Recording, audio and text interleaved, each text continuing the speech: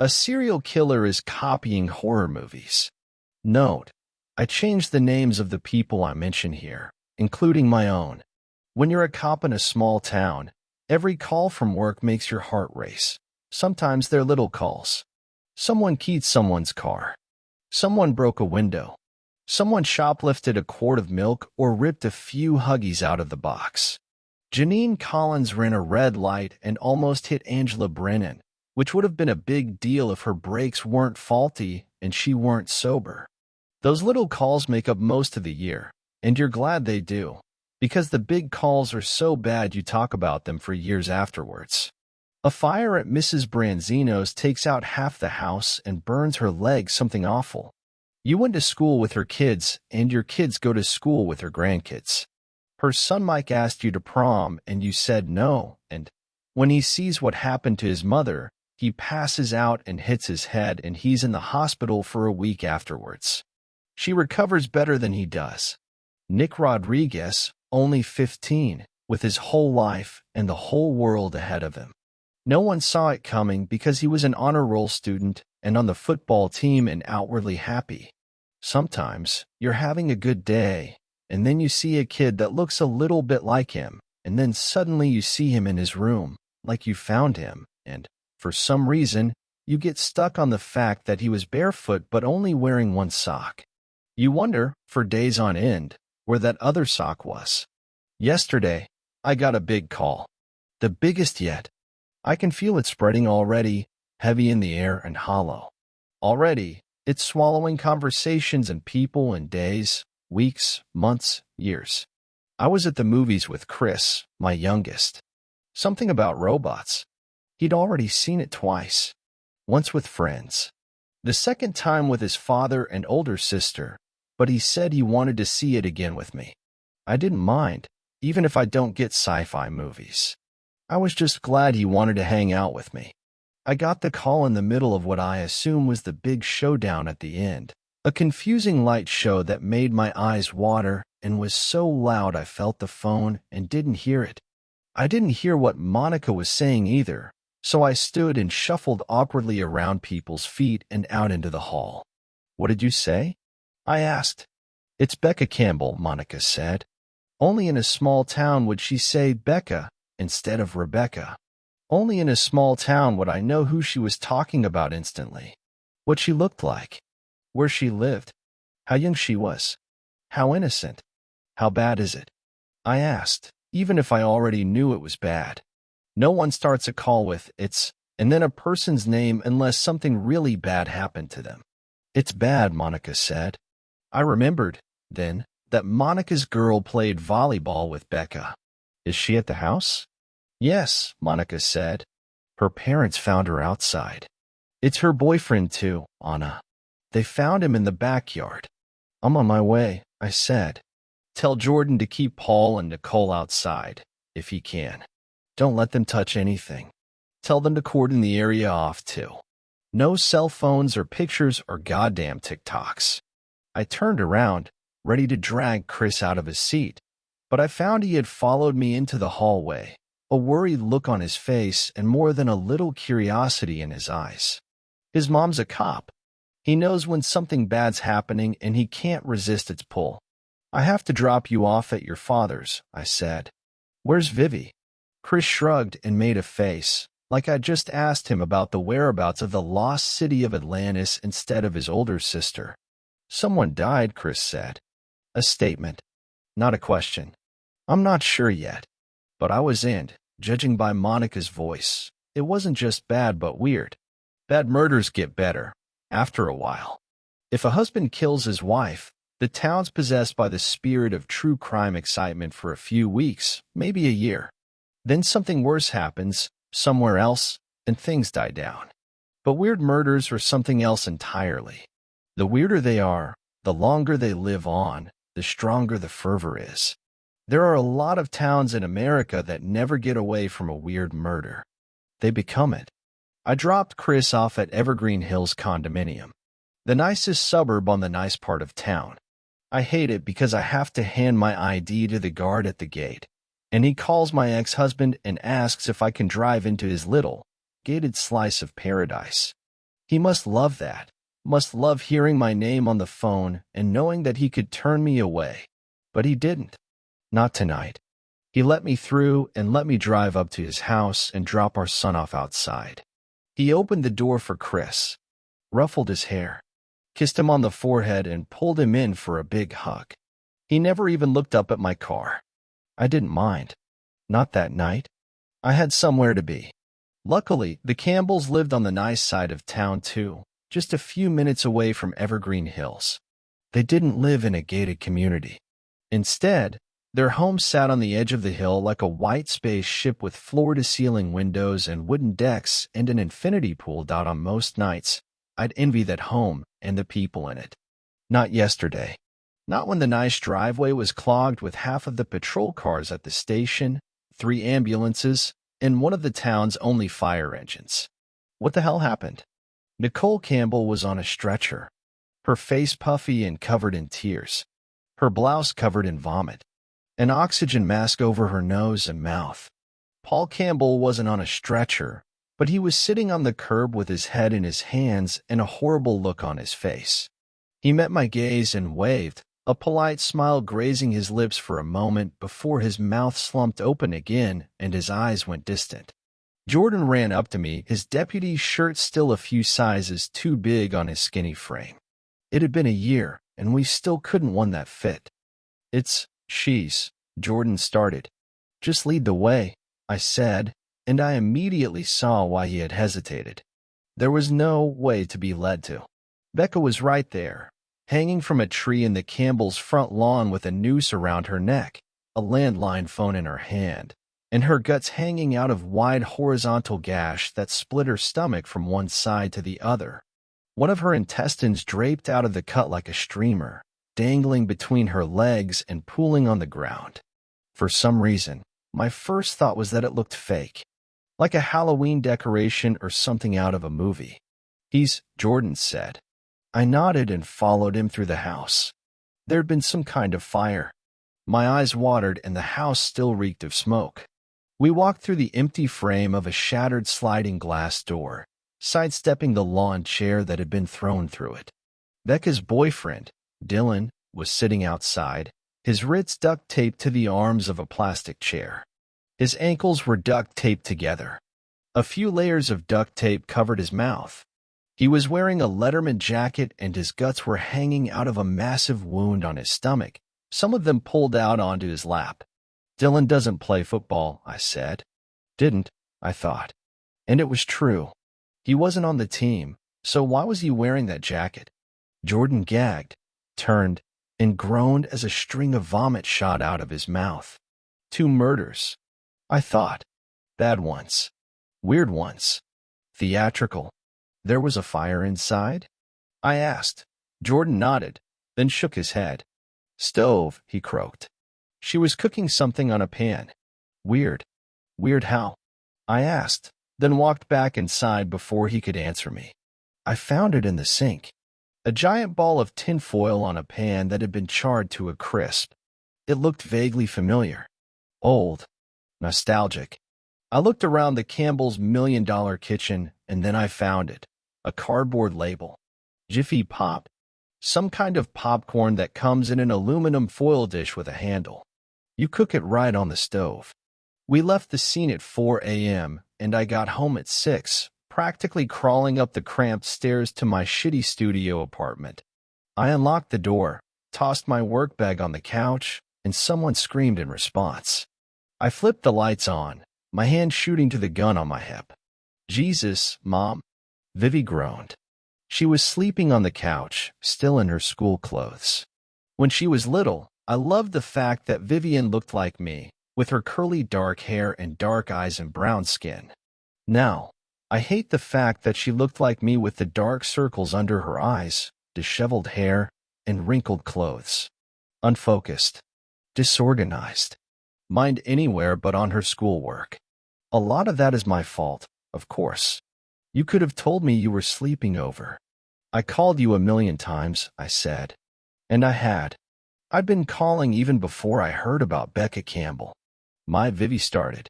Your phone died, I said. Sure. You heard about. About Becca Campbell. Yeah, Vivi said. She's actually why I'm here. I raised an eyebrow. Vivi raised the remote, turned the TV on, and clicked her way through Netflix until she found something she'd been watching before. It was the movie screen. I'd seen it years ago with her. She loved horror movies since she was 10. I don't want to watch a movie, I said. You do, Vivi said. Trust me. She scrolled her way through the film's opening, the movie becoming a series of still images while a red bar moved along the bottom of the screen. I saw a young Drew Barrymore with a terrible blonde wig making popcorn on the stove. Vivi kept scrolling. Drew Barrymore was on the phone. Talking. More talking. Then she was scared. Running. Checking the locks on the doors, going to the back door.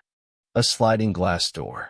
She flipped the lights on and a boy in a Letterman jacket, duct taped to a chair in the backyard. Vivi scrolled along and then the boy was dead, his guts hanging out of his open stomach. Vivi scrolled more and then. Holy shit, I said. Yeah, Vivi said, freezing the image on the screen. I reached for my phone, turning to look at the screen one more time. Drew Barrymore was dead, hanging from a tree in her front yard with a noose around her neck, a landline phone in one hand, and her guts hanging out from an open wound in her stomach. It was the same. Exactly the same. I unlocked my phone and there was a message notification. A voice recording.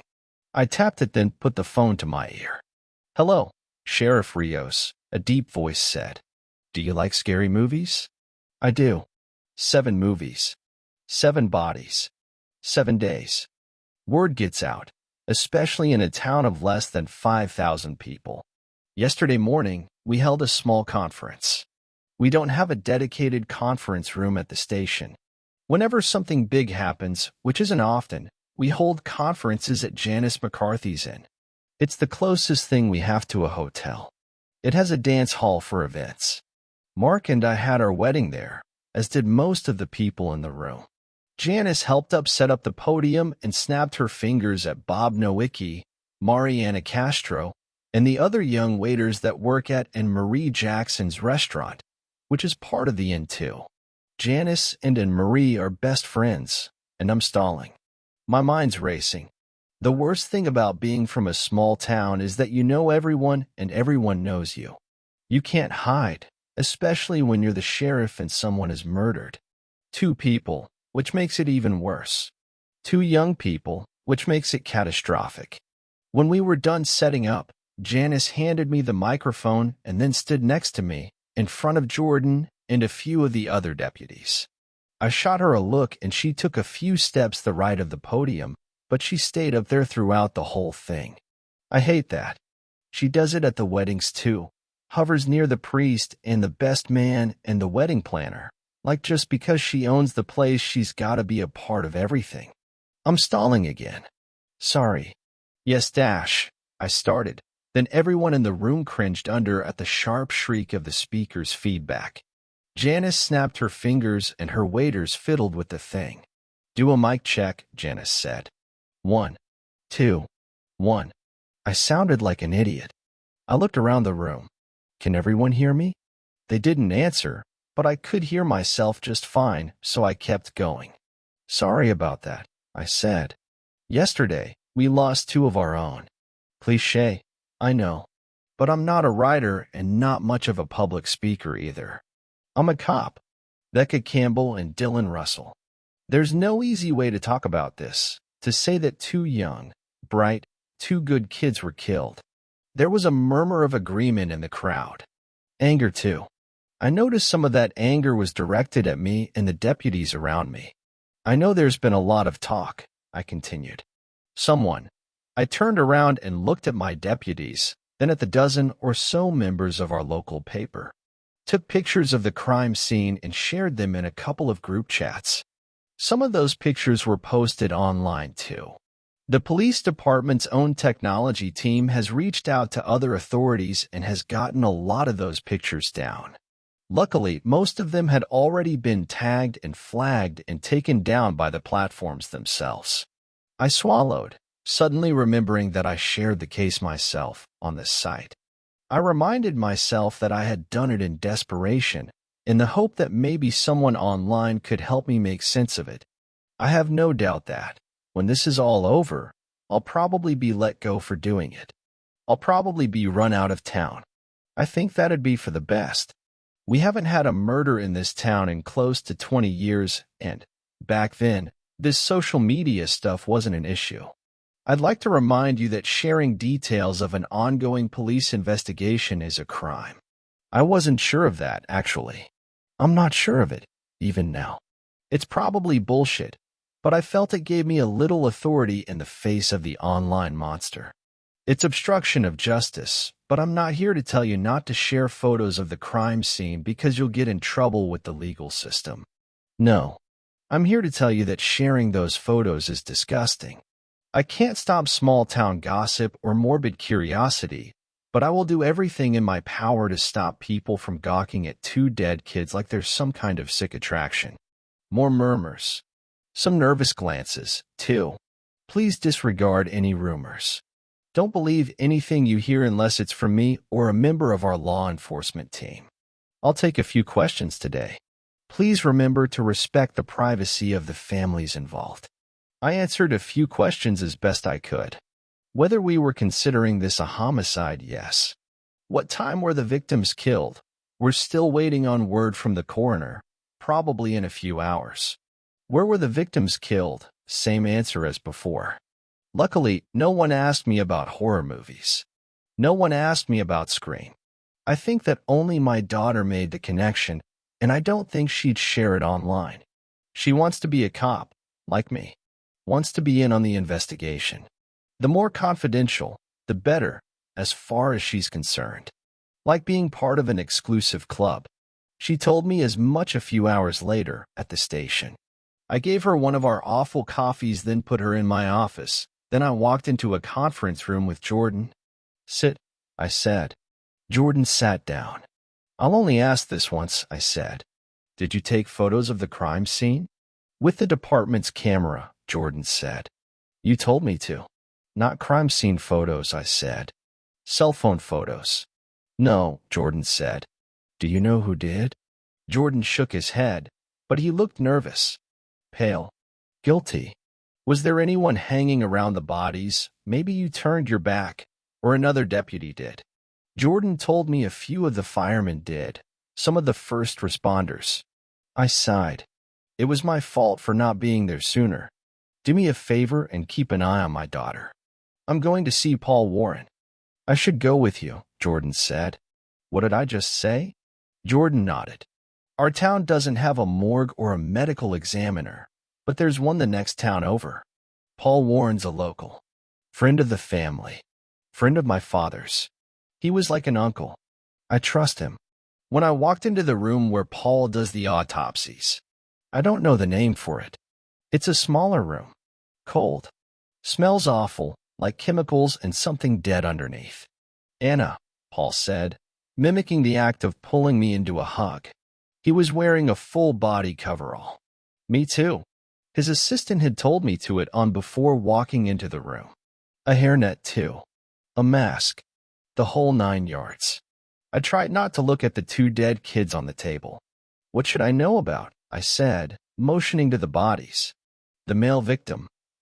You know it's Dylan, I said. You can say Dylan. Paul smiled sadly. Dylan suffered multiple injuries to the cranial region.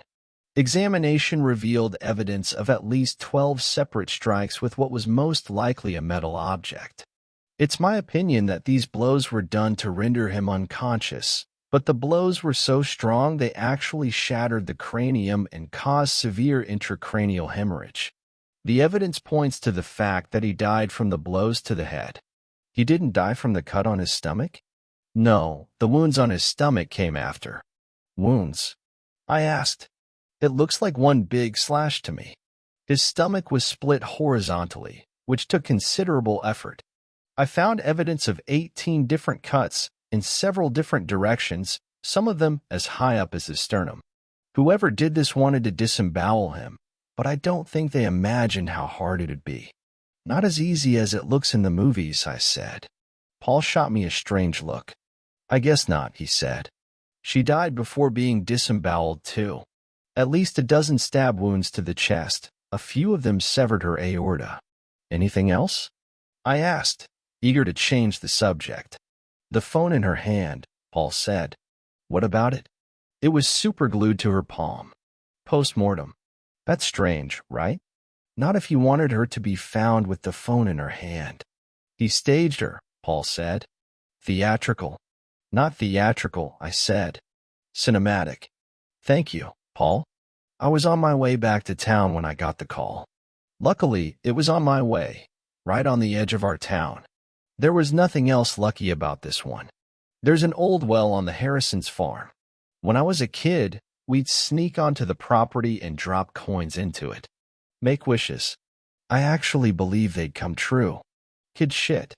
After we did it a couple of times, old man Harrison chased us off the farm with a shotgun in his hand. My father almost had a heart attack when I told him. I thought he'd be angry at me. Instead, he drove over and knocked Harrison on his ass. Said if he ever took a gun out in front of his daughter or any of the kids in town, they'd find his body in the well. It was Harrison's daughter who made the call. There was a girl reported missing 2 towns over. There was a conference held by the police and her parents a few days ago. They asked people in the surrounding area to check creeks, holes, old fridges, or washing machines on their properties. Wells, too. Harrison's daughter looked out of her window and saw the well. She told us she was sure there'd be nothing in it. It was an old thing, anyway. They kept it covered with a heavy piece of wood because her own daughter had almost fallen into it once. She went out and got one of the Miller boys to help her take the cover off. That boy said Mrs. Harrison damn near fainted when she saw it, but she insisted on making the call anyway because it was her property. I got there just as Jordan and a couple of our other deputies were pulling up. I made my way to the well, took my flashlight off my belt, and shone it down the length of moldy stones all the way to the bit of water at the bottom. The girl was wearing a white dress with long sleeves. Her long, black hair was draped over her face. Her bare legs were bloated, green and blue and gray. She had to have been there since she went missing. A couple of days, at least. The girl's name was Samantha. Sheriff, the Miller boy said, we found this in the well's bucket.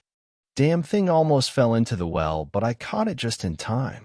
He smiled proudly at that. He handed it to me. A black box. No, a black VHS tape. I turned it over to check the label. Force of habit. There was a white label on it, faded yellow. On it were 2 words. 7 days. Because Samantha was from one town over, the crime scene was more crowded, more complicated to navigate. Her parents showed up. Her brothers and sister, too. They wanted to see her, touch her. Her mother shouted at the EMS responders to check her heart rate, give her oxygen, do chest compressions. Ma'am, one of them said, softly. He didn't need to say anything else. We all knew what he meant. She was dead. Had been for a while. There was no bringing her back. The chief of police from Samantha's town showed up with a couple of patrol cars. They sent ambulances and a fire engine, too, to help get the body out of the well. I told him we managed just fine, but thanks. He asked me for photos of the scene. He didn't say crime scene, probably because he thought it was an accident. I told him I'd send them over. I remembered, suddenly, that the tape was in my pocket. We hadn't photographed it, hadn't entered it into evidence. There was still time, but I held on to it anyway. I rationalized it. The body had been found in our town. It was our jurisdiction. I'd share the tape and its contents with them later. No need to make the parents feel any worse by bringing some old horror movie into this. This was real. Their real daughter, found that way. Their real daughter, dead. Not a prop in a sick bastard's game. Not something to be used for set dressing or a reference to a stupid movie. Why is she wearing that dress? The mother asked. She wasn't wearing that dress. Paul was the me for Samantha's town. I wanted to talk to him about the case, like I had about Becca and Dylan, but I couldn't. Not here. He'd report his findings to that sheriff first. Jurisdiction. complications. I'd ask him about it later. We trusted each other in that way. In the meantime, I had a tape to watch. I walked up to my car just in time to see Jordan pull up, with Vivi in the passenger's seat. As soon as Jordan stepped out of the car, I practically tackled him. "You brought my daughter here?" I asked. "This is a crime scene. You told me to watch her." Jordan said, "I didn't want to leave her alone at the station. She rode her bike there, and it's dark and You left me here all day," Vivi said, shouting from the back seat. "Like a prisoner." She tried opening the door, but it wouldn't budge. Vivi knew that it wouldn't open. She'd ridden in patrol cars since she was a kid. But in all the excitement, she must have forgotten. I was livid. She wanted to get out. No, she felt she had the right to get out, the right to go up to the well and gawk at a dead girl's body, the right to walk onto the crime scene. And why? Because she was my daughter? Because she liked horror movies? Because she had the same morbid curiosity that was running rampant in this small town? I took a deep breath, feeling the heat on my cheeks dissipate. It took a lot of the anger with it as it went. I reached out and opened the door. "I didn't tell Jordan to hold you there," I said, leaning in to look Vivi in the eyes. "I just told him to watch you. But he shouldn't have brought you here." "What's that?" Vivi asked, pointing to my jacket. My stomach sank. The VHS tape was sticking out of my pocket. "A VHS tape?" "No," I said. "It's nothing. It's a VHS tape, isn't it?" As soon as Jordan said they found a girl in a well, I knew it was related. That's what I wanted to tell you yesterday. Like the message on your phone. 7 movies, 7 bodies, 7 days? 7 days is right out of the ring. How do you know about the message on my phone? I asked. "You kept playing it over and over again," Vivi said. "Not just in your ear, but when you had the phone on your hand. I thought you knew I heard it." She suddenly looked hurt. It reminded me of when she was a kid, when I'd accuse her of something that her brother had done. "All right," I said. "Let's get back to the station and check out the tape. I've got the crime scene photos," Jordan said, holding up his camera. I could tell he was excited. The only crime scene photos he'd ever taken were of broken windows, scratched-up cars, or empty spaces left behind by stolen property. "All right, follow us to the station," I said. Before I left, I caught Paul talking to the other sheriff. We shared a look. I tried to keep my face neutral. I didn't want him to know that these 2 cases are related. Not yet, and certainly not in the way that they are, as references to famous screen killings. So far, we've managed to avoid any mention of horror movies altogether. I don't want our local little newspaper to start calling these the horror movie killings, or, like the commenter Dear Original 675 suggested, dubbing whoever is behind this the thriller killer. The last thing I need is more attention on this. I'm already risking enough by posting it on here. I hope that the risk is worth it, that your comments, suggestions, and even theories might help me make sense of it.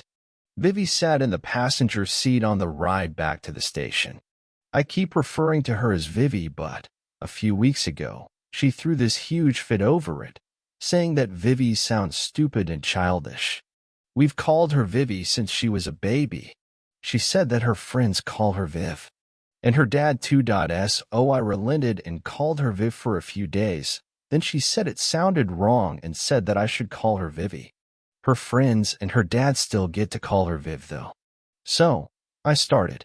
"Chris tells me you have a boyfriend." "Mom," Vivi said. "Stop." "What?" "You've had boyfriends before. Not real ones."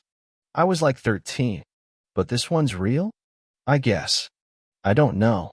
I hope so. So tell me about him." Vivi sighed dramatically. "It's not a big deal. Chris said he had a car, that he picks you up and drops you off late. I'm gonna kill that little asshole." "Hey," I shouted. "He's just worried about you." "He shouldn't be, and he shouldn't tell on me either. I don't tell you about the shit he does. Like the fact that he's hanging out with Aaron and Lee and smoking pot behind the movie theater." "Well, I didn't know that," I said. "And I'm not happy about it. But you didn't have to turn it into all this." It was just a question. You're my daughter.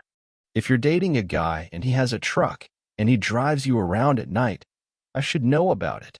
Can we talk about something else, please? Vivi said. Like maybe about the fact that there's a fucking serial killer in town and that he's obsessed with horror movies? Language, I said. And all right. Fine. Do you have any leads?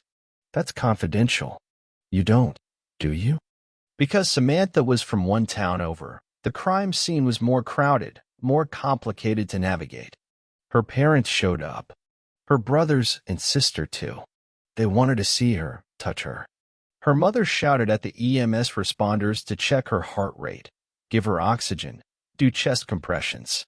Ma'am, one of them said, softly. He didn't need to say anything else. We all knew what he meant. She was dead. Had been for a while. There was no bringing her back. The chief of police from Samantha's town showed up with a couple of patrol cars. They sent ambulances and a fire engine too, to help get the body out of the well. I told him we managed just fine, but thanks. He asked me for photos of the scene. He didn't say crime scene, probably because he thought it was an accident. I told him I'd send them over. I remembered, suddenly, that the tape was in my pocket. We hadn't photographed it, hadn't entered it into evidence. There was still time, but I held on to it anyway. I rationalized it. The body had been found in our town. It was our jurisdiction. I'd share the tape and its contents with them later. No need to make the parents feel any worse by bringing some old horror movie into this. This was real. Their real daughter, found that way. Their real daughter, dead. Not a prop in a sick bastard's game. Not something to be used for set dressing or a reference to a stupid movie. Why's she wearing that dress? The mother asked. She wasn't wearing that dress. Paul was the me for Samantha's town. I wanted to talk to him about the case, like I had about Becca and Dylan, but I couldn't. Not here. He'd report his findings to that sheriff first. Jurisdiction. Complications. I'd ask him about it later. We trusted each other in that way. In the meantime, I had a tape to watch. I walked up to my car just in time to see Jordan pull up, with Vivi in the passenger's seat. As soon as Jordan stepped out of the car, I practically tackled him. You brought my daughter here? I asked. This is a crime scene. You told me to watch her. Jordan said. I didn't want to leave her alone at the station. She rode her bike there, and it's dark and You left me here all day, Vivi said, shouting from the back seat. Like a prisoner. She tried opening the door, but it wouldn't budge. Vivi knew that it wouldn't open. She'd ridden in patrol cars since she was a kid. But in all the excitement, she must have forgotten. I was livid. She wanted to get out. No, she felt she had the right to get out, the right to go up to the well and gawk at a dead girl's body, the right to walk onto the crime scene. And why? Because she was my daughter? Because she liked horror movies? Because she had the same morbid curiosity that was running rampant in this small town? I took a deep breath, feeling the heat on my cheeks dissipate. It took a lot of the anger with it as it went. I reached out and opened the door. I didn't tell Jordan to hold you there, I said, leaning in to look Vivi in the eyes. I just told him to watch you. But he shouldn't have brought you here. What's that? Vivi asked, pointing to my jacket. My stomach sank. The VHS tape was sticking out of my pocket. A VHS tape? No, I said. It's nothing. It's a VHS tape, isn't it? As soon as Jordan said they found a girl in a well, I knew it was related. That's what I wanted to tell you yesterday. Like the message on your phone. 7 movies, 7 bodies, 7 days? 7 days is right out of the ring. How do you know about the message on my phone? I asked. You kept playing it, over and over again, Vivi said. Not just in your ear, but when you had the phone on your hand. I thought you knew I heard it. She suddenly looked hurt. It reminded me of when she was a kid, when I'd accuse her of something that her brother had done. All right, I said. Let's get back to the station and check out the tape. I've got the crime scene photos, Jordan said, holding up his camera. I could tell he was excited. The only crime scene photos he'd ever taken were of broken windows, scratched up cars, or empty spaces left behind by stolen property. All right, follow us to the station, I said. Before I left, I caught Paul talking to the other sheriff. We shared a look. I tried to keep my face neutral. I didn't want him to know that these two cases are related. Not yet, and certainly not in the way that they are, as references to famous screen killings. So far, we've managed to avoid any mention of horror movies altogether. I don't want our local little newspaper to start calling these the horror movie killings or, like the commenter dear, Original 675 suggested, dubbing whoever is behind this the thriller killer. The last thing I need is more attention on this. I'm already risking enough by posting it on here. I hope that the risk is worth it, that your comments, suggestions, and even theories might help me make sense of it. Vivi sat in the passenger seat on the ride back to the station. I keep referring to her as Vivi, but a few weeks ago, she threw this huge fit over it, saying that Vivi sounds stupid and childish. We've called her Vivi since she was a baby. She said that her friends call her Viv. And her dad too. I relented and called her Viv for a few days. Then she said it sounded wrong and said that I should call her Vivi. Her friends and her dad still get to call her Viv, though. So, I started. Chris tells me you have a boyfriend. Mom, Vivi said. Stop. What?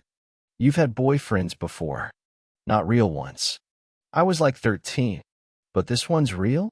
I guess. I don't know. I hope so. So tell me about him. Vivi sighed dramatically. It's not a big deal. Chris said he had a car. That he picks you up and drops you off late. I'm gonna kill that little asshole. Hey, I shouted. He's just worried about you. He shouldn't be, and he shouldn't tell on me either. I don't tell you about the shit he does. Like the fact that he's hanging out with Aaron and Lee and smoking pot behind the movie theater. Well, I didn't know that, I said. And I'm not happy about it. But you didn't have to turn it into all this. It was just a question. You're my daughter. If you're dating a guy and he has a truck and he drives you around at night, I should know about it. Can we talk about something else, please? Vivi said. Like maybe about the fact that there's a fucking serial killer in town and that he's obsessed with horror movies? Language, I said. And all right. Fine. Do you have any leads? That's confidential. You don't, do you? For the people saying that my daughter is acting suspicious, I think it's just because you don't know her. She really is a sweet girl. She's never gotten in trouble at school, with her friends, or at home. She likes horror movies. That's not a crime. As for her boyfriend, she hasn't told me about him, but I'll try to get more information out of her. But, again, if you knew Vivi, you'd know that being suspicious of her doesn't make any sense. Okay, now for the update. With Paul missing, a different medical examiner handled the scene. He didn't tell me much at the scene, but he said enough to make my stomach flip. There are bruises on her wrists and ankles, he said. He bound her tight, probably to keep her still while he twisted her head around. I asked. The me shrugged. Things like this? Usually a man that does it. Look up the statistics. Plus, you'd need a lot of upper body strength to twist someone's head around like this. Even a young girl's. He mimed the act and made a crack sound with his mouth. That's a dead kid right there, I said. You make a sound like that again, I'll crack your fucking jaw. He held up his hands in a sorry kind of way. Asshole. I questioned the parents as best I could. They'd gone out for a movie, the same sci-fi one I saw with my son Chris. Their daughter didn't want to go. At 13, she was right at the age where family outings were no longer mandatory. They wanted to give her a bit of freedom. They'd never get the chance to make that mistake again. The girl always locked the door, and there was a doorbell camera. Unfortunately, there were no cameras in the rear of the house, no alarms, and no locks on the girl's bedroom window on the second floor. The killer used a ladder from the tool shed in the backyard, set it against the wall, and climbed up to the girl's bedroom window. She must have been downstairs, in the kitchen. There was a broken plate on her bedroom door and some uneaten avocado toast. He ambushed her as soon as she walked into her room. The mother said the nightgown the girl was wearing wasn't hers. The killer changed her clothes so that she looked more like Reagan, the girl from the film. I looked up the movie on my phone. The victim was wearing screen-accurate clothing, just like Dylan's Letterman jacket or the white dress Samantha, the Ring victim was wearing. Whoever the killer is, they have an obsession for accuracy. The asshole me also revealed that the Exorcist victim had a nasty wound to the back of the head, probably to knock her out. I hope that, like Dylan, the girl had passed away from it long before the killer twisted her head around. Before I left, the asshole me said something that gave me goosebumps. He tried to keep her eyes and mouth open, he said. What? I asked. Super glue on her eyelids here, he said. But he didn't use enough, and it ran. Kept the eyes closed instead. Why do you want them open, right? Weird. There's something else too. He pointed to a plastic ring on the floor. I picked it up with my pen. I didn't know what it was. My girlfriend's studying orthodontry. Orthodontology, I said. If your girlfriend's studying it, you should know how to say it right. Okay, he said. Point is that's one of those mouth opener things, you know? The creepy ones that give a creepy mouth? Again. Why? Finding out why isn't your job, I said. It's mine. But I knew why. I hadn't seen Scream or The Ring, but I had seen The Exorcist. The scene where the little girl's head turns around is burned in my memory. Her eyes were open in that scene. She was smiling too. On my way back to my car, I threw up in the bushes. That bad? Vivi asked. I told her the details on the way to the station. Now, you may have noticed that I don't talk about the deputies much. There are 10 of them, not including Jordan and Monica, who have pretty much moved up to administrative positions along with me. Because our town is so small, the deputies are considered officers of the court and mostly do things like see to warrants, collect payments for fines, hand out parking tickets, patrol the town, collect property taxes, and act as courthouse security. I'm both the county sheriff and the chief of police in our small town. Most of the towns around ours are small and rural, so it makes sense for the chief of the biggest town to oversee the other little ones in our tiny county. We have very limited resources, after all. It's just the way it's always been done. The sheriff and chief of police before me held both positions for over 50 years. I'm the first woman to occupy both roles. I think I was elected only because that man was my father. Monica and other deputies help me oversee the county as a whole, speak to local law enforcement, manage cases and permits and fines, etc. I don't want to bore you. I don't want to give my location away, either. All our deputies wanted in on the murders. They're the talk of the town, after all. So I put most of them to work securing the crime scene, looking into the victims, and patrolling the area. That leaves only Monica, Jordan, and I to act as a homicide detective would. Now that Jordan's out of the picture, it leaves Monica and I. But Monica talks. More than once, I've discussed private county matters with her, financials and such, and then heard her talk about them on the phone. No, I'm keeping this one close to the chest. We can discuss everything except the horror movie references. That's how I'll crack this. If I mention it, then everyone in town will become a horror movie expert, and it'll be impossible to find someone who knew these movies well before the murders. I only know Vivi, so, for now, she's almost like an acting deputy. We sat in my office, drinking shitty coffee, eating cookies from the vending machine. Despite everything, it was nice. There has to be some kind of pattern, Vivi said. What do you mean? All the movies have to have something in common. You think there's a pattern? I asked, taking a sip of the awful coffee and cringing. We really need to invest in a good coffee machine. Something all the movies have in common? Probably. But I don't think it'll help us right now. If this was the 90s, we could check Blockbuster or the library and see who checked out these movies recently. There's no way to see who rented them online, right? Vivi shook her head. Maybe if we were the FBI or the CIA or something. Do you know anyone else who loves horror movies? I asked. Maybe a friend at school? Or someone your boyfriend knows? Vivi gave me a knowing glare. I don't, and he doesn't. She set her coffee down and looked me in the eyes. Liking horror movies isn't a crime, and having a boyfriend isn't suspicious. What's your boyfriend's name? Jacob. I sighed. That's it. No last name? We were having such a good time, Vivi said. Now you're interrogating me about my boyfriend? Hell, he isn't really my boyfriend, like officially. We just went out a few times. In his truck. Vivi looked confused. He drives a Prius. Your brother said he drove a truck. Maybe he was high, Vivi said, shrugging. Car, truck, whatever. His name's Jacob Marino, by the way. God, I said. His dad asked me to prom. How many people asked you to prom? Mike. The guy who owns the sports store. Dan Rabar. Dan Rabar, yeah. Now Jake's dad. I shrugged. I guess I was hot back then. I don't know. We got a good chuckle out of that. Tell Jacob I want to meet him. Fine, Vivi said. When all this is over, we'll all have coffee together like adults. Sound good? Now let's get back to the freaking serial killer obsessed with horror movies. I think that's a little more interesting than a guy who's not even really my boyfriend. The killer took Jordan and Paul Warren, I said. Two people again, like Scream. They can't kill them both, right?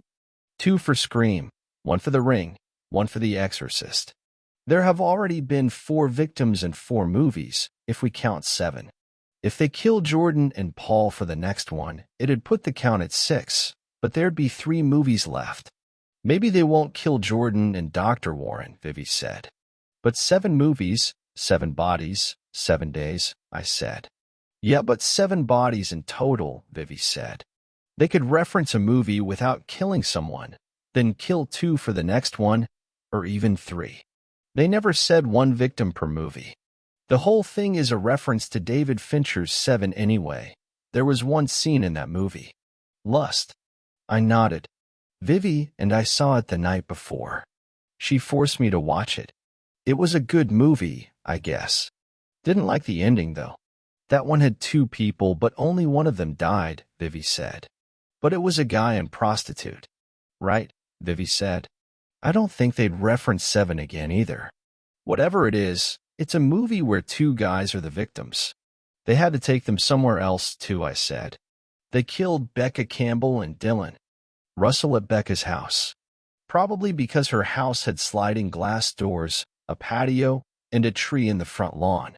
They're a stickler for details. They killed Lena McCarthy, the Exorcist victim, at home too. But they kidnapped the Ring victim and brought her all the way out here. There was a well in her town. A few of them, actually, I said. They must have wanted you to find her, then. I put my coffee down. My stomach seemed to twist into a tight knot. You're the expert, I said. Are there any movies where 2 guys get kidnapped? Vivi scrunched up her brow. She closed her eyes. A horror movie where 2 guys get kidnapped, she muttered. It has to be a famous one, too. Scream, The Ring, The Exorcist, Seven. Pretty mainstream so far. No deep cuts. But maybe they'll throw one in there? Something from the 70s? Very crowded decade. Lots of giallo stuff. Maybe a weird slasher from the 80s. No. Vivi looked at me. The references have been pretty obvious so far, she said. You could plug a description of the way the victims were killed into Google and you'd get the movie every time. So this one has to be obvious too. 2 male victims. Becca and Dylan were dating, like the victims in Scream's opening scene. The 2 girl victims looked like the horror movie characters they were referencing. There must be a reason why they picked Dylan and Dr. Warren. Probably to punish us, I said. To disrupt the investigation. They've helped me so far. Maybe, Vivi said. But I think they want the victims to be pretty similar to the ones in the movies. Dylan was blonde. Drew Barrymore's boyfriend in the movie had dark hair. So Dylan was killed because of the role he filled, not what he looked like. Jordan and Dr. Warren must have been picked for their roles, too. A cop and a doctor? Practically every horror movie has a cop and a doctor in it. Vivi shrugged. I don't know. We haven't gotten the call yet, and it's late, I said. Maybe they haven't killed them yet. Or maybe they just haven't been found, like the girl in the well. She was there for a day at least. Maybe they put Jordan and Paul somewhere hidden too, like a barn or an abandoned house. 2 guys, Vivi said. A cop and a doctor. Hidden somewhere. Not at their home or a public space, because they would have been found there, somewhere remote. Vivi's eyes drifted across my desk and stopped at the department's camera. I'd used it to take photos of the crime scene. Jordan usually takes the crime scene photos, right? Vivi asked. You called him a photographer. Yeah, I said. So? It's not a cop and a doctor then, Vivi said. Her eyes were wild with the excitement that only comes from putting a puzzle together. It's a photographer and a doctor. Both of them kidnapped. It's obvious. What? I asked. What movie is it? Saw, Vivi said. They're referencing the first Saw movie. Are there any big, creepy, public bathrooms in town? Like maybe an underground one? Or something in a factory? It has to be a rundown one too. Abandoned. Vivi, I don't know every bathroom in the county. They'd pick one we could get to quickly, Vivi said. One we'd know. In the movie, a cop rushes to the bathroom. Ah shit. But he did it by following a suspect there. But it's gotta be a bathroom. A really big one. Grimy. Tiled walls. The only big, underground, abandoned bathroom I know is the one at the old bus station. We had to board up the whole building because squatters kept sneaking in. It was a drug den. That has to be it, Vivi said. I was skeptical. She'd solved it too easily, too quickly. She was probably wrong. Then again, Vivi has always been smart. All her teachers say she's ahead than her classmates. She reads at a grad school level at 17. We pulled up to the old bus station. It was an eyesore, one that the town council had been trying to tear down for years. But our town's historical society had put a stop to it. The building was nice. Art Deco, built in the 1930s.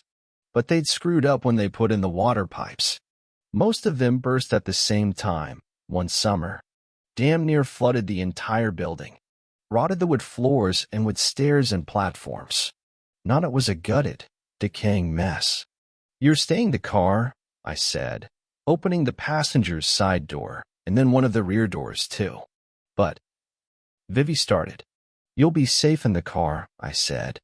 I won't, Vivi said. In horror movies, the killer always targets the detective's family. I'm not a detective, I said. Sheriff/police chief. Whatever, Vivi said. It's so obvious. You go in there by yourself. I stay in the car. The killer breaks the window and chloroforms me. You come out and find an empty car. Cliffhanger. I sighed. Fine, I said. But you stay behind me and use this. I gave her an extra flashlight. I should get a gun too, Vivi said. In case they try to get me from behind. This isn't a horror movie, Vivi, I said. It sure as hell feels like one. I handed Vivi my taser. The kind that shoots out prongs. Just don't hit me with that thing, I said. Vivi nodded, grabbing the taser and then pointing it around like a gun. It's not a toy, I said. Yeah, I know. But it's fun. Vivi and I walked up to a side door. The front doors had been boarded up and covered in chains. The windows were covered with thick sheets of wood. The town council wasn't messing around.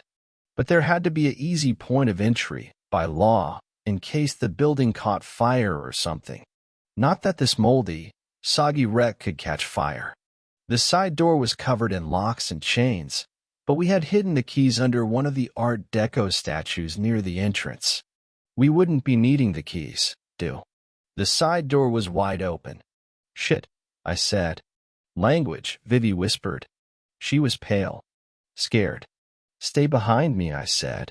As soon as we walked into the building, I was hit by the stench of decades of mold and rotten wood. I tied my handkerchief around Vivi's nose and mouth and pulled my shirt over my own.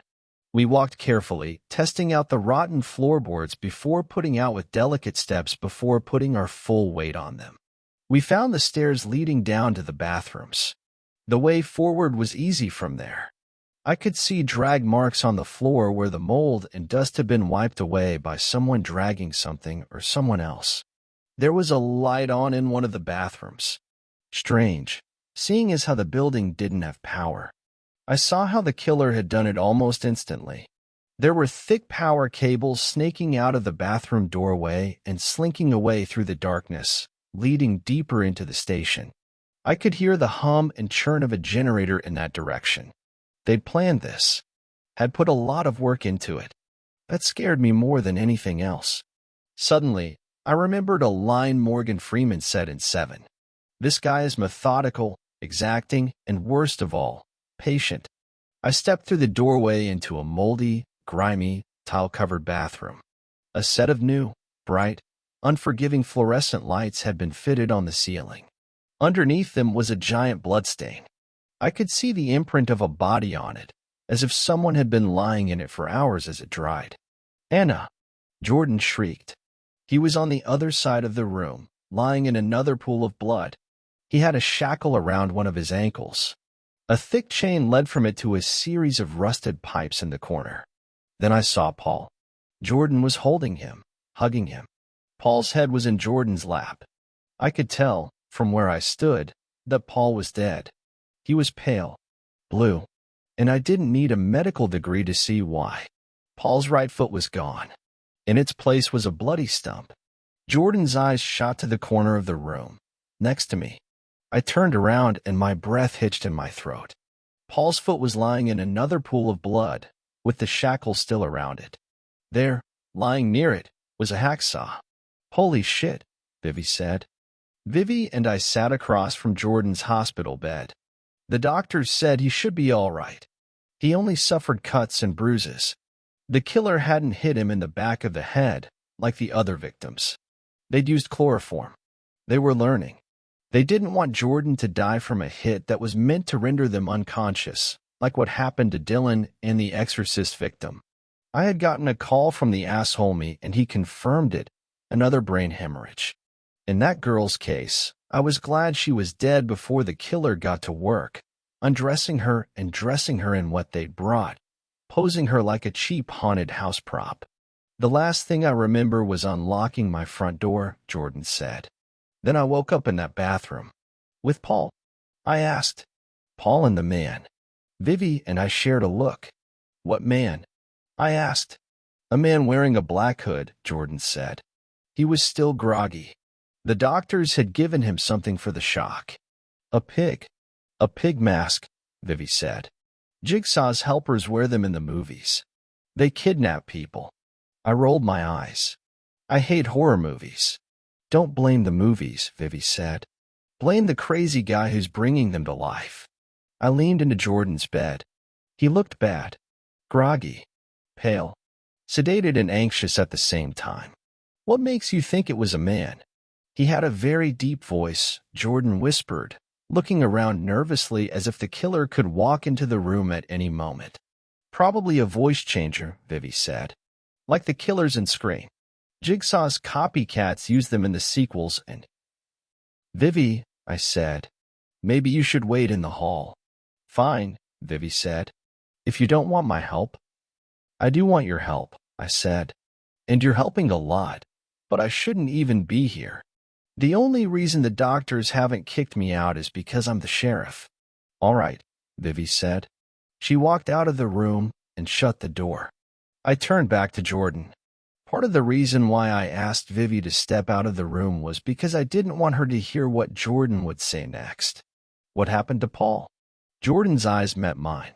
They were wide with what could only be fear. I could practically hear his heart pounding. His breaths became quick and shallow and strained. "He kicked Paul awake," Jordan said. "He was worried he'd used too much to knock him out. But Paul came around." The guy walked around the room, looking at everything. The lights. A clock on the wall. He was angry it didn't look perfect.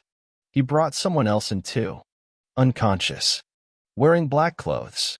He set him down next to me and put this metal thing next to it. He'd painted it to look like something you put on the toilet. Suddenly, I wanted Vivi in the room after all. This was becoming very confusing, very quickly. There had been no unconscious guy in the bathroom, only Jordan and Paul. Was there something like that in the movie? He wanted me to smash his head with the thing, Jordan said. He told me it was meant to be the lid of the toilet tank, but that he tried smashing something with one and it broke too easily. It had to be like in the movie, he said. I had to kill the unconscious man with it by smashing his, but he said not yet. He said that, in the movie, the doctor cut his foot off and dragged himself to the other side of the room. So he walked over to Paul and he handed him a saw. Jordan kept going. His voice was a whisper again. Every time he took one of his shallow breaths, his whole body shook. It's all right, Jordan, I said, reaching out to grab him by the shoulders. You don't have to tell me this now. Just rest. Just try to calm down. But Jordan ignored me. He kept talking, as if I hadn't said anything at all. He had a gun. He pointed it at Paul and told him to cut his foot off at the ankle. Paul was really calm. I don't know how. Paul told the man that, if he did what he wanted, he'd bleed to death very quickly. In 1 or 2 minutes, he said. The man didn't care. He told Paul he'd live if he did what he asked.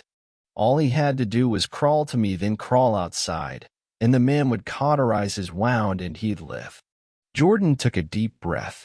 I was glad that he paused, and glad that he was breathing a little more regularly now. Paul said no. He tried to tackle the man. He almost got his gun. Almost. The man got very angry. He took a blackjack out of his robe. I shuddered. If you don't know what AA blackjack is, they're retractable metal batons with a very hard tip. You can kill someone with them very easily, depending on where you hit them. They're illegal in our state. He hit Paul. Paul went limp. Then the man tied a blue shirt around Paul's ankle and I know what he did next, I said.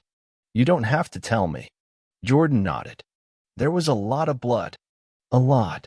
That worried him. He tried to stop it by pulling the shirt tighter, but it didn't work. Then he started checking for a pulse, started doing chest compressions. But Paul was dead. Even I knew that. I took a deep breath. It felt like I hadn't breathed since Jordan started talking. The man started shouting. He broke a mirror. He walked over to me and took the unconscious man out of the room.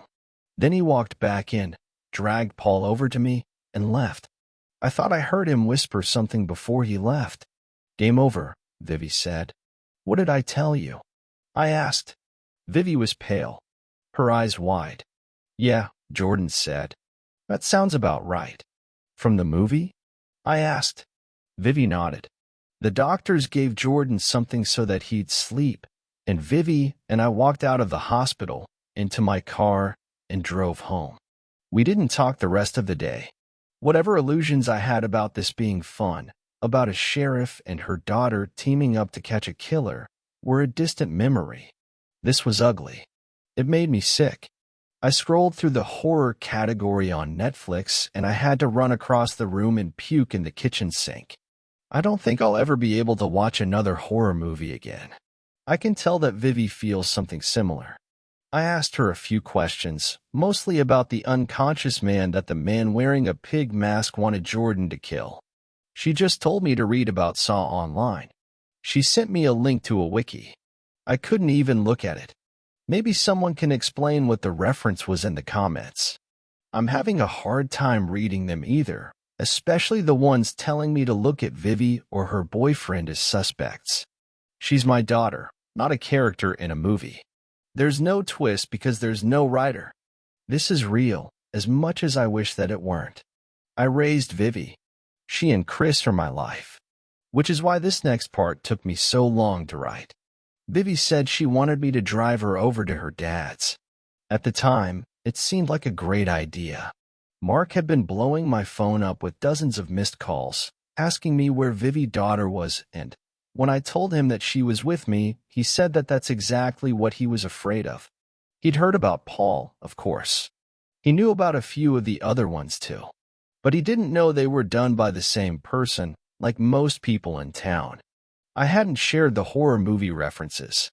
As far as they were concerned, there was a string of strange murders taking place, culminating in Paul and Jordan being kidnapped and tortured. I drove Vivi over and dropped her off a few houses down. I didn't want to see Mark. I was afraid I'd punch him if I did. Be careful, Mom, Vivi said. The killer always goes after the detective in the movies. I'm not a detective, I said. I'm a sheriff/police chief. Remember? Vivi smiled at that. It was a weak smile. Not one of her best, but I was glad to see it. The next morning, I woke up to my door practically banging off its hinges. Someone was knocking on my front door frantically. I opened it to see Monica. She rushed into my apartment, pushing past me. What was she doing here? She's always down at the station doing. Oh no. Something happened. Something bad. Really bad. Where were you? She asked. I fell asleep, I said, reaching for my phone. I'd left it on the couch, under a cushion. The screen lit up with about 1 million calls from Mark, Monica, and practically everyone else in town. Don't say it, I said. Monica covered her mouth.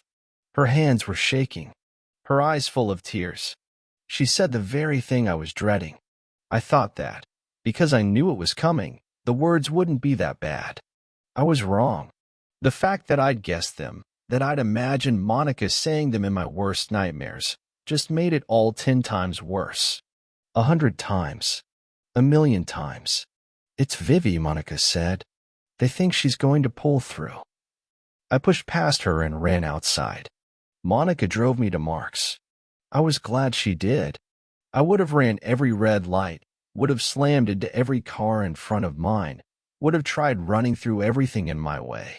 Instead, I just sat in the passenger's seat, looking dead ahead. In a daze. Sedated. Terrified and numb at the same time. We pulled up to Mark's house. I stepped out. Mark rushed me immediately, slamming me against Monica's car, slapping me across the face, shouting in my ear. You did this, he said. This is your fucking fault. My deputies pulled him off me. One of them, Trevor, pinned Mark on the ground and threw cuffs around his wrists. Let him go, I said. Trevor got off Mark, but Mark didn't move. He just lay there, burying his face into the grass and sobbing.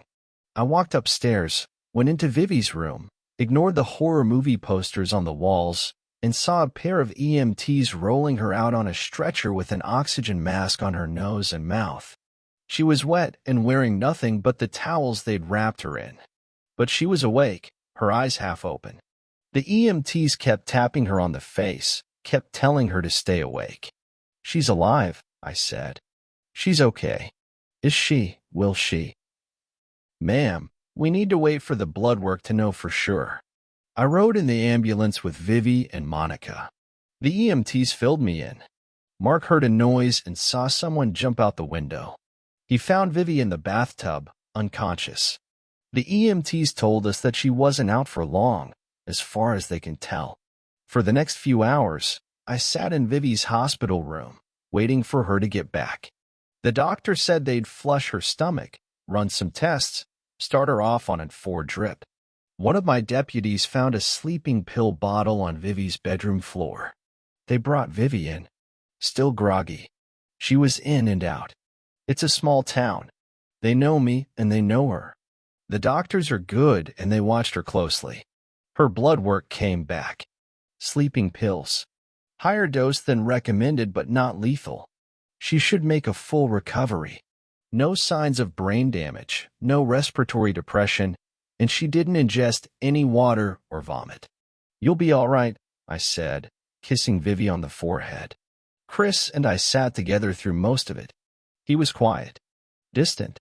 His phone was out and unlocked. He scrolled through it, staring past the screen, eyes unfocused and glazed. His phone screen kept turning off, going into sleep mode. Chris would bring it up to his face and unlock it, only to stare past it once again. Then it locked up, and he'd do it again. We held hands. We hugged each other, and cried, and hovered over Vivi while she slept.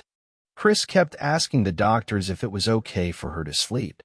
He wanted her to be awake. The doctors said all the sleeping pills were out of her system, that she needed rest, oxygen, and the 4. Chris didn't like the oxygen. He told me he'd only seen it in movies when someone was about to die. My phone buzzed. A photo message. I unlocked my phone and opened it. It was a photo of Vivi's bathtub, sent by one of my deputies. They drained the water out and found something on the bottom. Knives. My first thought was that it was knives. But it wasn't. It was a glove. The thumb was normal, but the other 4 fingers were knives. The bastard. That fucking bastard. It happened just now. Monica shouted, rushing into the room. What? I asked. The glove. What glove? Monica asked. No. It's Jake Marino. My daughter's boyfriend? I stood up so fast, my head swam. He did this. No. I don't know. I don't think so. His parents were out, but a neighbor saw a man running out of the driveway.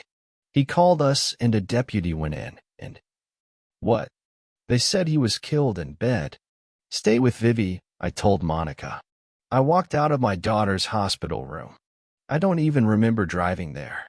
I only remember walking into Jake Marino's room and seeing the blood. I'd never seen so much blood before. It was all over the bed, on the floor, on the walls. There was a lot of it on the ceiling, too. There was a hole in the bed. Deputies and the asshole me were standing around it, looking like they were gonna be sick.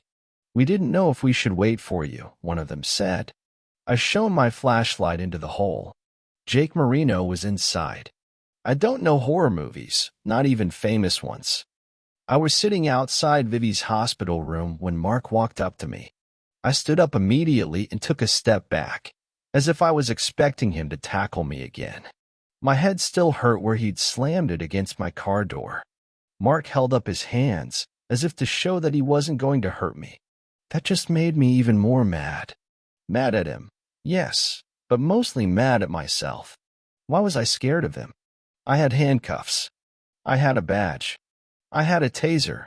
And I had a gun. He wasn't my husband anymore. Maybe I was scared because, despite of my weapons and my badge and my uniform, he'd still slapped me. Mark had never hurt me before, not physically, but now that he had a line had been crossed, he could do it again. The deputies standing on either side of Vivi's door stood straighter. One of them took a step toward Mark. I held up my hand. What do you want? I asked. I want to see her, he said. She's sleeping. Mark nodded. He was blonde, fit, and had a golfer's tan. Mark's father, my former father-in-law, thank God for that former, owned the biggest car dealership in town. He bought a lot of homes or had them built, then let Mark rent them out.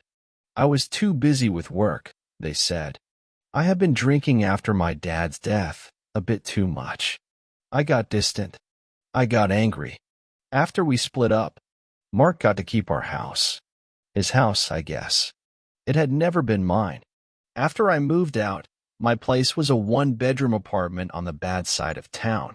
My income wasn't enough to give Vivi and Chris the life they'd gotten accustomed to. So Mark got full custody. I saw my kids on weekends, but not every weekend because of work. Maybe I made a mistake, Mark said. Vivi's been acting out for the last couple of months. Sneaking out, like when she stayed over at yours a few days ago. She got a tattoo? She tell you about that? No, I said. I just hope she wasn't doing drugs, Mark said. How's this helping? I asked. Look, I have a lot of shit to do. Then why aren't you doing it? As much as I hated to admit it, as much as I wanted to punch his smug, country club face in, Mark was right. Watch him and Chris, I told my deputies, then I walked out. I paced around my office, looking at the crime scene photos laid out below me on every available surface. Dead kids. Too many of them. That was when it hit me. I felt like a character in a movie. A detective, looking over crime scene photos, trying to find the killer just beyond the frame, off camera, working a few hours before the photos were taken, taking lives and playing a sick game. This was like a movie, wasn't it? The killer had made sure of that. What if he wanted me to act the part? To make my own references? I thought back to say Seven. It had to be the killer's favorite movie, If all of this was a reference to it. I'd seen it a few nights ago with Vivi. I remembered it well. I remembered, too, how Morgan Freeman and Brad Pitt had found the killer's address. Our town's local library was small, but welcoming.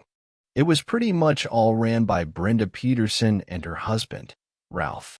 There were others, mostly volunteers, a committee, a board, etc., but Brenda and Ralph were the beating heart. They were always there, even at night. I walked up to Brenda. She's a thin woman in about her 70s. Fit. Active. The type you see finishing a jog at 7 a.m. She was watching TikTok, of all things. All the knowledge in this place, and you're watching that, I said. I've read more books than most people do in their lifetime, Brenda said, with a smile. Don't try to shame me for keeping up with the times. What can I help you with, Anna? In Say 7 in, Morgan Freeman notices that the killer is well read, so he makes a list of books the killer was referencing or would be interested in, and asks a shady guy from the FBI to give him a list of people who had checked them out. Now, Brenda and I went way back. She'd worked at the library since I was a kid. That didn't make what I had to do easier, it made it harder. It's hard to lie to someone who's known you since you were little. You feel like they should know the way you talk, the way your face moves, that they knew when you were lying as a kid, so they should know now. Luckily, I didn't have to lie to her. Not really. I just had to bend the truth a little. Smudge it. But that's still wrong. Every cop knows that. You heard about Paul and Jordan, I said. Not a question. It was an undeniable fact. Everyone in town had heard about them. Yes, Brenda said, leaning in. Her eyes were wild with excitement she was trying very hard to keep under wraps. I could feel the air around us change, suddenly becoming charged with the sparks of small-town gossip. We think that whoever did it likes violence, I said. You know, gets off on it. Brenda narrowed her eyes and nodded. I was wondering if there's anyone in town who's been checking out gory books recently, or maybe violent movies. I can't give out any information regarding our patrons, Brenda said. It's ALA policy. What? I asked. The American Library Association, Brenda said, proudly. I could help you if you subpoenaed me. Sorry. I should have guessed that librarians were loyal to their readers and upheld the ALA's standards like I was supposed to uphold the law. Still, I had to try something. You can tell me if there was anyone suspicious in here, though, I said. Or anyone new. Someone who didn't fit in. Brenda's eyes lit up. I could do that. Yes, she said. I'm almost certain. Yes, I said. Now is there anyone wearing a hood? Acting strange? Hovering around the movie section, maybe? Looking at violent things? There was one person, Brenda said, wearing a black hood. He actually tried checking us some violent movies, but, again, subpoena. Right, but you're not telling me what he checked out, I said. Just that he was acting strangely. So you're not giving out any confidential library records. You're a valuable witness in an ongoing police investigation. Was his name, by any chance, John? Brenda's eyes lit up again. How did you know that? She asked. He tried to register as John D. I told him that an initial wasn't allowed as a last name. He put in John Donovan. Did he put an address in when he registered for a library card? I asked. Oh, he didn't actually register, Brenda said. He didn't have an official ID. He didn't even get through all the personal details. Did he start to write an address? Or maybe mention where he was staying? You know what was weird? He actually put in Donovan Street. That made me think his name was fake. What are the chances, right? That was all I needed. Donovan Street was full of businesses. Restaurants. Car dealerships. A laundromat. There weren't many residences there. But I knew one. Thanks, Brenda, I said. If anything comes of this, we'll ask you to testify as a witness. You think you'd agree to do that? Brenda perked up. Yes, of course, she said. What should I wear? To court. If we ever catch this guy, I said, I'll let you know. The house on Donovan Street had been empty for years. Like the abandoned bus station, it was an eyesore. The owners of the neighboring businesses signed petitions every year, saying that the property drew in rats and the wrong kind of people and that it was bad for business. Every year, old Mrs. Mayhew paid exterminators and landscapers to make the house look a little better, then went back to doing absolutely nothing with it. She didn't want to rent it, tear it down, or sell it. She just liked looking at it, she said. Like driving past it. It was the perfect place for what I knew was coming. It'd be just like, say, 7 in. I didn't have to kick the door in. It was open a smidge. I pushed it with my foot. My hands were a little occupied. One with my service weapon. The other with my flashlight. Sheriff's Department. I shouted into the home. If there's anyone in there, make yourselves known and come out with your hands up. I heard the man before I saw him. The sound of boots slamming into the sidewalk, getting closer and closer. I turned just in time to see a man wearing a hat and a leather coat drop a bag of groceries and raise a gun toward my head. He shot several times. At the wall, mostly. I slid down to the sidewalk, rolled into the grass. For once, I was furious at Mrs. Mayhew for having it cut. I looked up to see the man running into an alley between two of the restaurants. As I stood and started running, I noticed the dinner crowd and most of the waiters spilling out into the street, looking at me in an anxious daze. "County Sheriff," I shouted, flashing my badge. "Get back inside." I ran into the dark alley, my gun out and shaking in every direction. Every shadow, every trash bag, every nook, every dumpster. I was convinced, every time, that the killer would pop out. Was there any horror movie death that took place in an alley? I remembered one. The actress was the girl from Buffy the Vampire Slayer. There a parade going on in town and she was running through an alley. Right before she could escape out into the parade, the killer stabbed her with a hook. Was that going to be me? Was Vivi going to wake up in the hospital and hear that her mother was killed to reference some stupid horror movie? Vivi and Chris loved their weekends with me, loved a break from Mark. With me gone, they'd have nowhere to go. I heard footsteps again, then the whistle of something hard, metal, and thin, shrieking through the air and slicing down in an arc. The blackjack hit me in the back of the head. I dropped instantly, my gun spilled out of my right hand and the flashlight out of my left. I turned around, looking up to see a black figure standing over me. I cowered.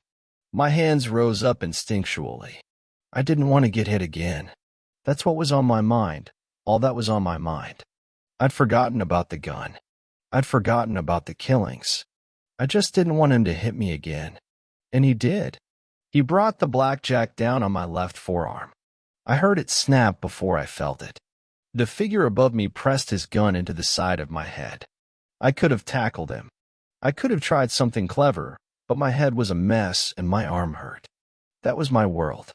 Just that pain. That pain and the feet that more pain could be coming my way. The gun left my head and the man walked away.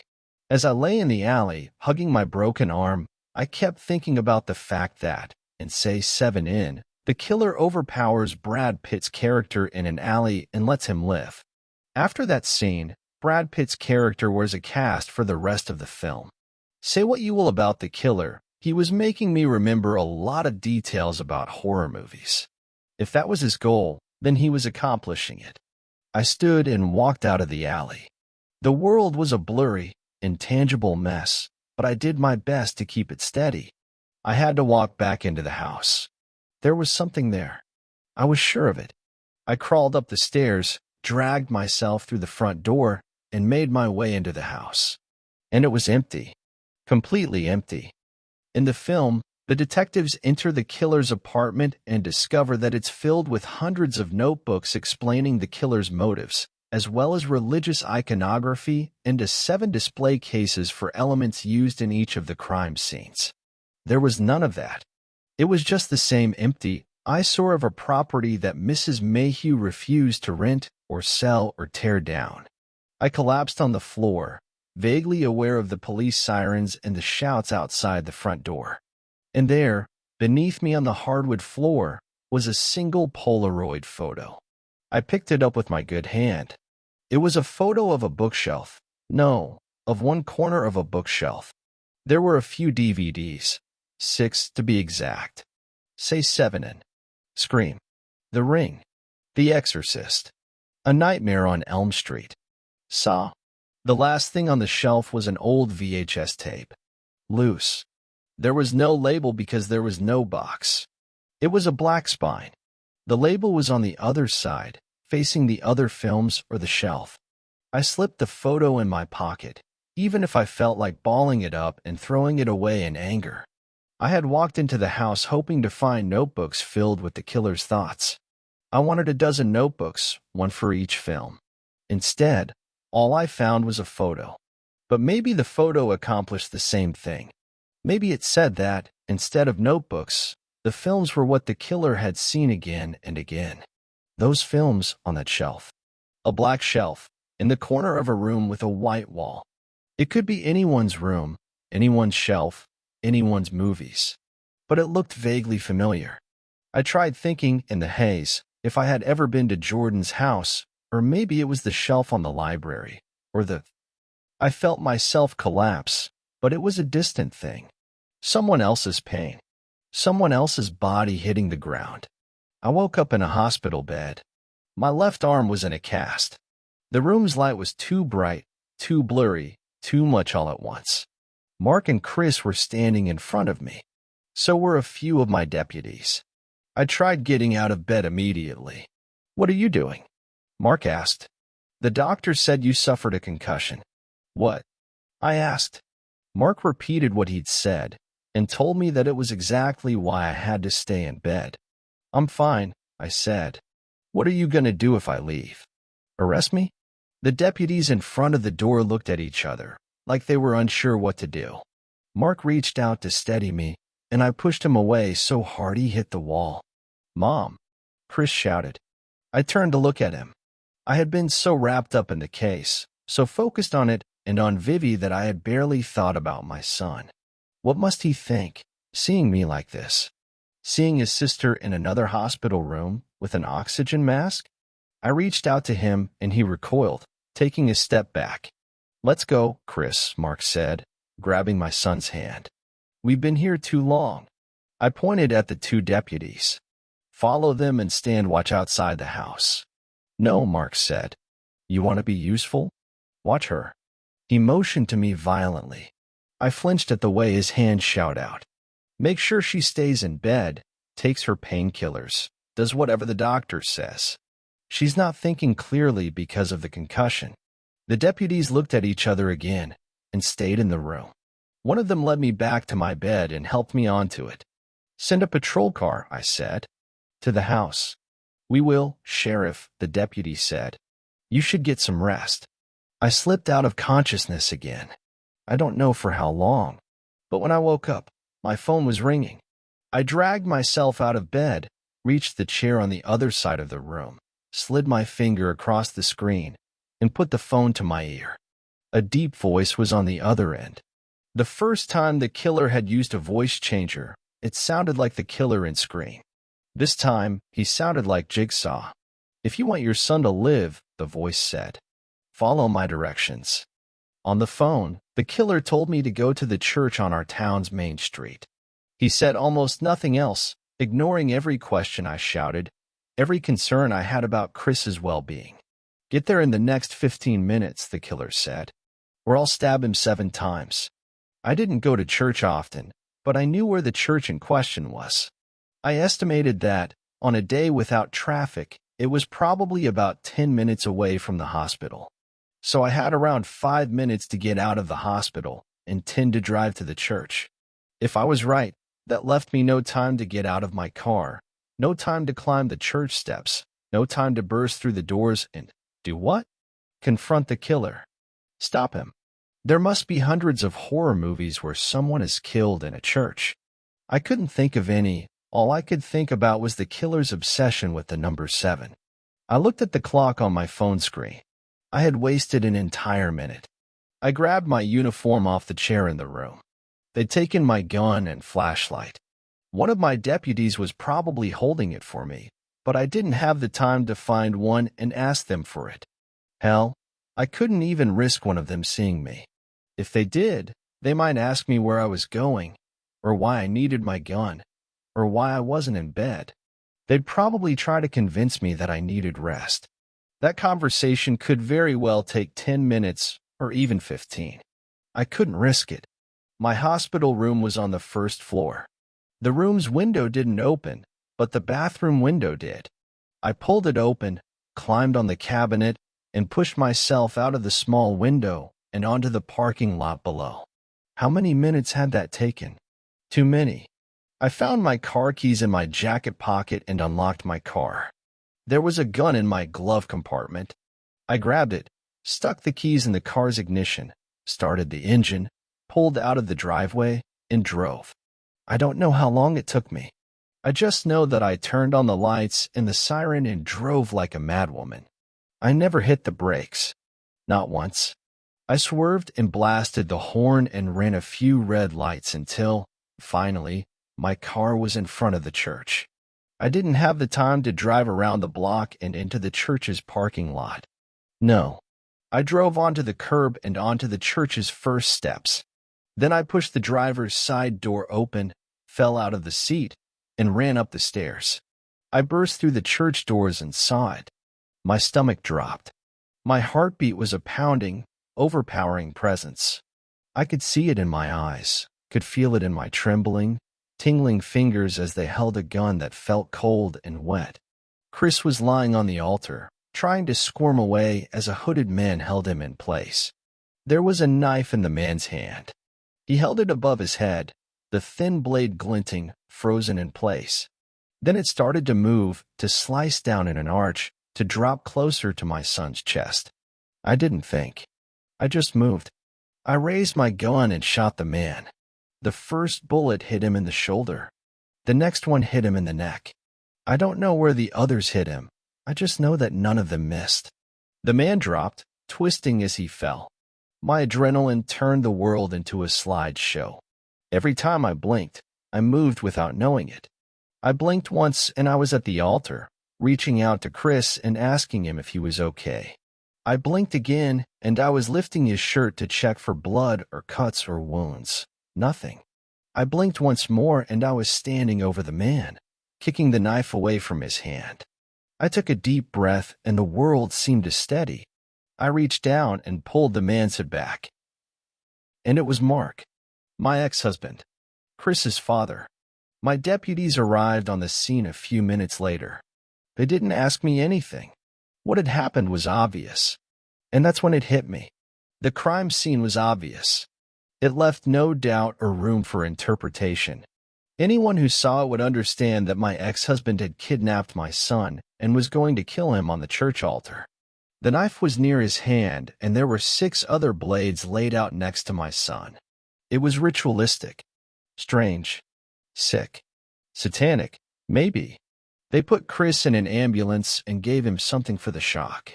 He was unhurt, not even a scratch, as far as they could tell. He was just shaken up and still groggy from whatever the killer had given him to knock him out. Chloroform, most likely. I didn't think about horror movies on the ride over to the hospital. I just thought about Mark. We had gotten married in that church. I kept seeing him in a tux, kept hearing him laughing because he'd said yes instead of I do, kept seeing him shooting nervous glances at his father, as if he was willing to stop the whole thing if my very soon-to-be father-in-law shook his head, gave him a disapproving look, or frowned. Mark was behind it all. It seemed unbelievable, like a bad twist, a bad ending, something I should have seen coming. A few people had guessed in the comments. There were only so many suspects, after all, and this was like a movie, wasn't it? In Say 7 In, undoubtedly the killer's favorite movie, one of the detectives shot the serial killer. It had been part of the serial killer's plan. He won, in a way, because his plan was to reference the 7 deadly sins. Is that what had happened here? But in Say 7 In, that scene had taken place in a field outside the city, and the killer hadn't kidnapped the detective's son. It wasn't a reference. 7 movies in total, right? We were up to 6. Say 7 In. Scream. The Ring. The Exorcist. Saw. A Nightmare on Elm Street. Whatever the movie was, the scene had to be similar. I couldn't place it, and it didn't even matter anymore. Mark was dead. Vivi came to see me later. She was fine, ready to be released. She gave me a hug. "I can't believe it was Dad," she said. That made me think of what had happened again, of what I had done. I had shot Vivi's father, Chris's father. Chris wasn't talking, and he probably wouldn't talk for a while. I couldn't imagine what he must be feeling. His own father had tried to kill him in a sick, sacrificial, ritualistic way, and then his mother had killed his father right in front of him, and he'd get through it. I'd help him. We all would. As a family. The next few days were a blur. That's why it's taken me a while to update this. That's why the days are off. It's taken me more than 7 days to write and publish the story, but all of the events happened exactly in 7 days. Writing with only one hand didn't help either. Our lawyer came to see me at my apartment later. He was holding a sealed envelope. He said it was Mark's will. He'd written it a few years ago and never updated it. In it, he left me his house, all his belongings, all his money, and the properties he rented out. Vivi and Chris were in the room when the lawyer read the will. Vivi hugged me. Chris was still shaken up, sitting away from us, staring off into empty space.